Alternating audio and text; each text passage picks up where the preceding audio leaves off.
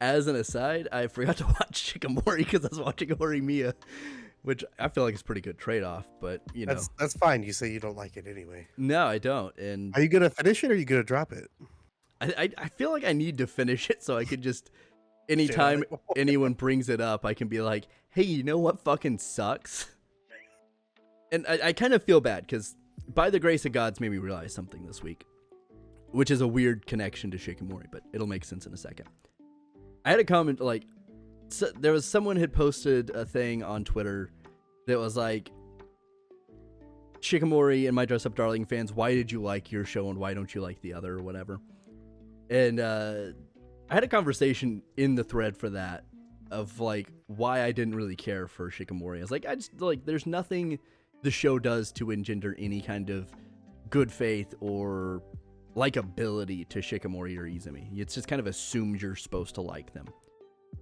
And I've been real critical of that, because I'm like, My Dress Up Darling does this way better, Horimiya does this way better, Tonikawa does this way better, Toradora, Golden Time, like, there's this litany of shows that do this better. I mean, even this season, Kaguya-sama, which I guess isn't fair because it's on its third season, but even first season Kaguya-sama and Love After World Domination both do this very well.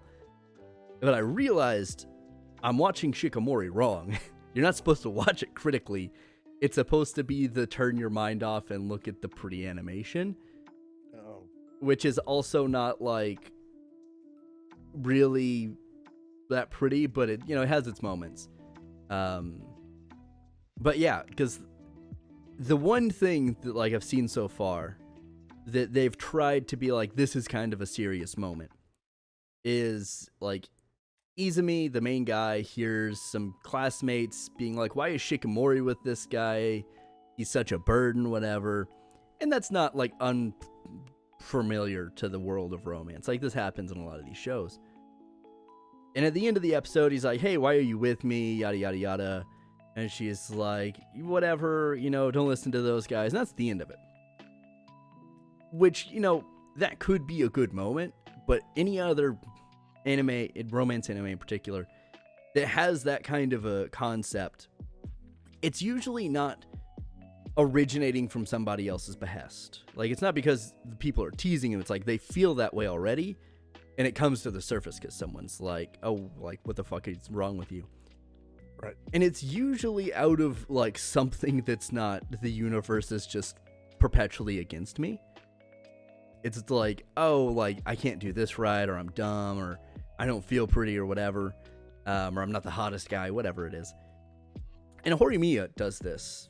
It doesn't spend a lot of time on it, but when it does it, it's like, oh, shit, that's a very realistic view for that. And Shikimori just kind of skates over it. It was like, oh shit, I'm not supposed to think critically about why Izumi feels bad about this. I'm just supposed to be like, Shikimori's got pink hair and really bright blue eyes. I like that. So, I mean, I'm probably going to still watch it just so I can be like, this scene was bad, this scene was bad, this scene. And once again, if you like it, cool, good, whatever. I think there's a lot of better things out there. I would go watch them, but, you know, to each their own, I suppose, even though Shikimori's still mid.